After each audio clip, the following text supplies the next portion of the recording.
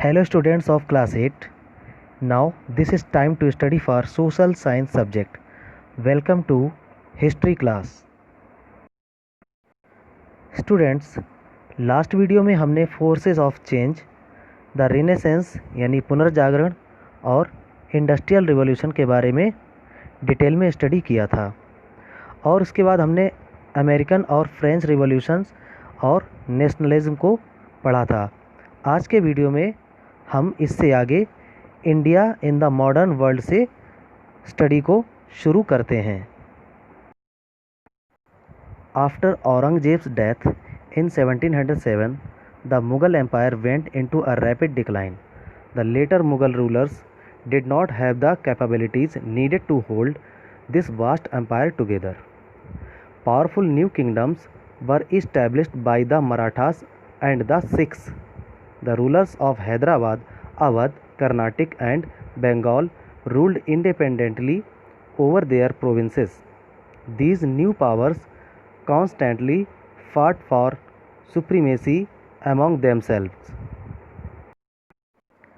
Students, 1707 में औरंगजेब की death के बाद मुग़ल एम्पायर तेज़ी से कमज़ोर होने लगा।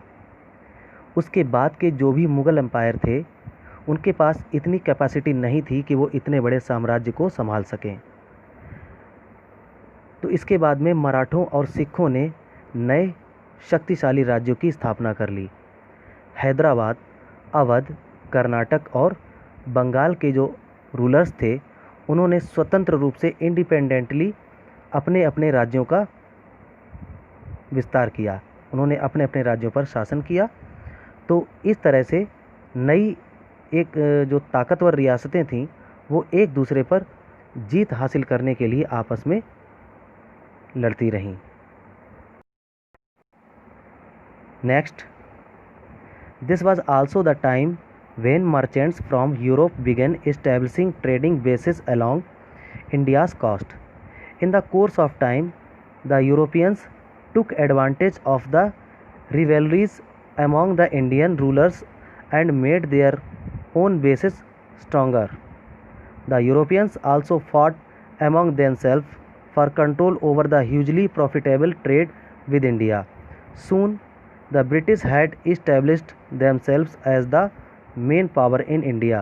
Within 100 years, they had moved from being mere traders to being the rulers of the Indian subcontinent. Students, ये एक ऐसा समय था जब यूरोप के ट्रेडर्स भारत के समुद्री तट पर अपने व्यापारिक ठिकाने बना रहे थे।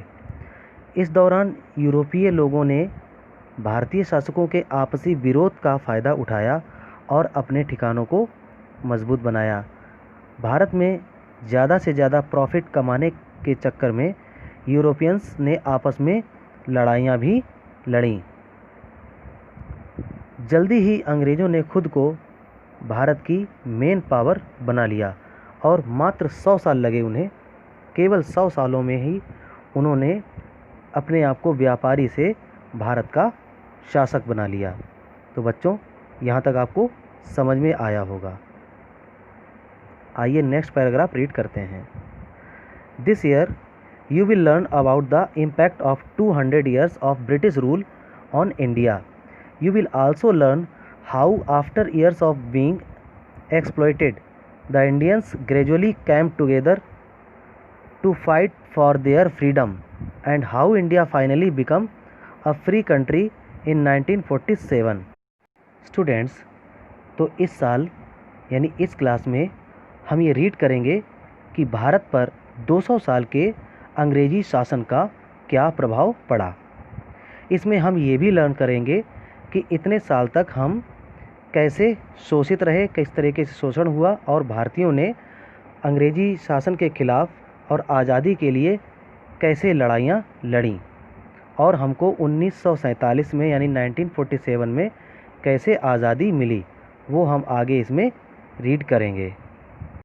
Sources of information of modern Indian history, भारतीय इतिहास के आधुनिक sources of information of modern Indian history. Bharat के आधुनिक इतिहास को जानने के sources. Of the 3 periods of history, modern history has the most abundant sources of information to draw on. Sources of information can be of 2 types, primary and secondary. तो history की information देने वाले सोर्सेज को कितने types में divide किया गया है? Primary and secondary. Primary sources of information are those that are original or created at the time of the event by people who witnessed the event. Artifacts from archaeological sites, coins, monuments, inscriptions, travelogues, and autobiographies are all primary sources of information for modern Indian history. Primary sources of information also include government reports, letters, photographs, maps, diaries, newspapers, magazines, and films. A lot of this material has been preserved in government museums and archives, from which they can be accessed when needed. Students, primary sources वे होते हैं जो किसी event के गवाह होते हैं और या फिर वह इवेंट या घटना उन्हीं के द्वारा लिखी गई हो. आर्कियोलॉजिकल साइट से मिले हुए सिक्के, स्मारक यानी मोनूमेंट्स, इंस्क्रिप्शंस यानी शिलालेख या किसी यात्रा का वर्णन, ये सभी प्राइमरी सोर्सेज होते हैं. इंडिया की मॉडर्न हिस्ट्री की जानकारी हमें सरकारी रिपोर्ट से, letters, photographs, maps, diary, newspapers, magazine और फिल्मों से मिलती है. इनमें से बहुत सी ऐसी चीज़ें हैं जिनको म्यूज़ियम में सुरक्षित करके रख दिया जाता है. तो बच्चों, आपको प्राइमरी सोर्सेज अच्छे से समझ में आया होगा. Secondary sources of information are second hand accounts of events. They are usually collected and put together by people who study the primary sources. Secondary sources include text book, biographies, magazines, newspapers and movies about historical events. It means secondary sources वो सोर्सेज होते हैं जो उन लोगों के द्वारा दिए जाते हैं जिन्होंने प्राइमरी सोर्सेज पर स्टडी किया है. तो सेकेंडरी सोर्सेज में टेक्स्ट बुक, बायोग्राफीज, मैगजीन, ये सारी चीज़ें आती हैं. Both primary and secondary sources should be checked for bias, partiality और exaggeration. This becomes particularly true when dealing with modern Indian history, where the British account of things is often vastly different from how Indians of the time have written about it.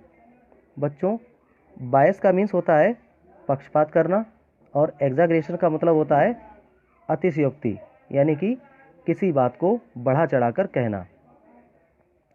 तो बच्चों, इसमें यह कहा गया है कि primary sources और secondary sources को जांच करना चाहिए, इनकी जांच होनी चाहिए, क्योंकि कभी कभी कुछ चीज़ें इसमें पक्षपात तरीके से मिलती हैं और कुछ चीज़ें बढ़ा चढ़ाकर लिखी गई होती हैं. और ये बातें तब सच साबित होती हैं जब हम इंडियन हिस्ट्री के मॉडर्न पीरियड को पढ़ते हैं, और जब ब्रिटिश अकाउंट्स को देखते हैं तो काफ़ी डिफरेंट मिलता है और ये पता चलता है कि किस तरह से इंडियंस ने इस हिस्ट्री को लिखा होगा. स्टूडेंट्स, पेज के बॉटम में एक छोटा सा आर्टिकल दिया गया है, सोर्सेज ऑफ हिस्ट्री. आप इस आर्टिकल को रीड कीजिए. ये रॉबर्ट क्लाइव जो ब्रिटिश कमांडर था उसका एक स्पीच है. इसमें उसने क्या कहा है, अगर आपको कोई प्रॉब्लम आती है तो आप मुझे बता सकते हैं, तो हम इसका एक वीडियो बना के आपको अलग से सेंड कर देंगे. तो आइए नेक्स्ट हम पढ़ते हैं बुक्स, न्यूज़पेपर्स एंड मैगजीन्स. तो इतिहास की जानकारी हमको बुक्स, न्यूज़पेपर्स और मैगजीन से कैसे मिलती है, किस तरह से हमारी हेल्प करते हैं, आइए रीड करते हैं. The printing press which was invented in Germany in the 15th century came into common use in India in the 18th century. तो प्रिंटिंग प्रेस का जो आविष्कार है वो जर्मनी में 15th century में हो गया था और इंडिया में इसका यूज़ 18th century में हुआ. This resulted in the mass printing of books, newspapers, magazines and pamphlets which are important sources of information for historians today. तो प्रिंटिंग प्रेस का आविष्कार होने के बाद में क्या हुआ कि बहुत ज़्यादा मात्रा में किताबें, न्यूज़पेपर्स और मैगजीन प्रिंट होने लगी, जिससे इतिहास की जानकारी मिलना आसान हो गई. Books were printed in English and in the various regional language. Many biographies of great people were written which give us authentic information about the people and the time in which they lived. तो इससे क्या हुआ कि अलग अलग भाषाओं में ये बुक्स और मैगजीन्स प्रिंट होने लगी और बहुत सारे महान लोगों की बायोग्राफीज हमको पढ़ने को मिलने लगी, जो एक ऑथेंटिक और सही जानकारी हमको मिल देती हैं। Government documents. British officials were very particular about keeping proper records of all official transactions. Government orders, acts and other important decisions of the government had to be meticulously recorded. Hence, historians have a rich fund of official British documents, official letters and correspondence, survey maps, district gazettes and census records to refer to. तो students, जो British officers होते थे उस समय के official records को proper तरीके से संभाल कर रखते थे, जैसे गवर्नमेंट ऑर्डर्स, एक्ट्स यानी कानून, other important decisions of the government had to be meticulously means होता है सावधानी पूर्वक या सुरक्षित तरीके से रखना। इस तरह से वो रिकॉर्ड बना के रखते थे। हिस्ट्रियंस यानी इतिहासकारों के पास इतिहास जानने के लिए ऐसे ही बहुत सारे रिकॉर्ड मौजूद रहते हैं, जैसे कि ऑफिशियल ब्रिटिश डॉक्यूमेंट्स हैं, ऑफिशियल लेटर हैं, सरकारी विभागों के जो पत्र हुआ करते थे वो हैं उनके पास, जिससे उन्हें इतिहास का पता चलता है। करस्पॉन्डेंस, सभी अधिकारियों के पते कौन कहाँ रहता था। सर्वे मैप्स, डिस्ट्रिक्ट गजेट्स, उस समय ज़िलों के लिए गजट जो जारी होते थे वो सभी आज भी सुरक्षित रखे गए हैं।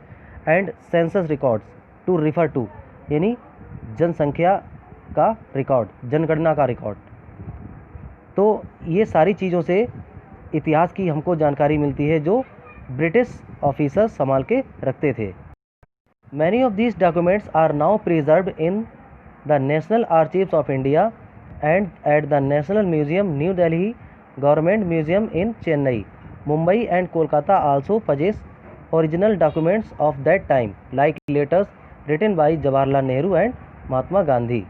स्टूडेंट्स, बहुत सारे इंपॉर्टेंट डॉक्यूमेंट्स ऐसे हैं जो भारत के राष्ट्रीय संग्रहालय और नेशनल म्यूजियम न्यू दिल्ली में रखे गए हैं, और महात्मा गांधी और जवाहरलाल नेहरू के लिखे गए पत्र जो हैं वो भारत के जो गवर्नमेंट म्यूजियम है चेन्नई, मुंबई और कोलकाता के म्यूजियम में संभाल कर रखे गए हैं। Historical buildings. The British built several buildings during their 200-year rule in India, some of which are still fairly well preserved. Some are in fact still in use.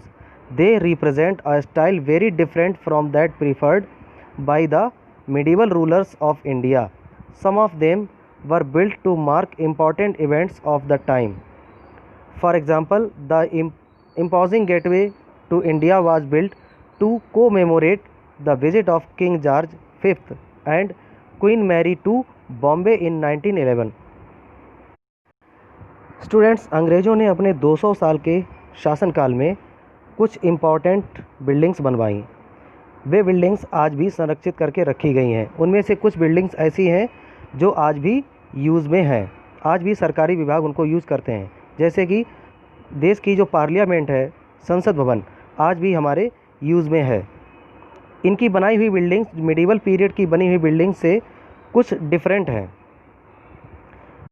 इनमें से कुछ बिल्डिंग्स कुछ खास इवेंट्स को याद रखने के लिए बनवाया गया था, जैसे कि gateway to India. Gateway to India जब ये इम्पोज किया गया था, इसको बनवाया गया था, तो किसकी याद में बनवाया गया था? ये किंग जॉर्ज V और क्वीन मैरी की याद में बनवाया गया था, जब ये 1911 में बॉम्बे आए थे। तो बच्चों, इसी के साथ आपका ये चैप्टर कंप्लीट होता है, और इस चैप्टर को आप दोहराएंगे, एक बार रिवीजन करेंगे। अगर कहीं पर किसी को कोई डिफ़िकल्टी आती है, कोई कठिनाई आती है, आपको समझ में नहीं आता है, तो आप हमसे व्हाट्सएप पर पूछ सकते हैं, और इसके क्वेश्चन आंसर और एक्सरसाइज आपको प्रोवाइड करा दी जाएगी जल्द ही। ठीक है बच्चों, ओके, बाय, टेक केयर।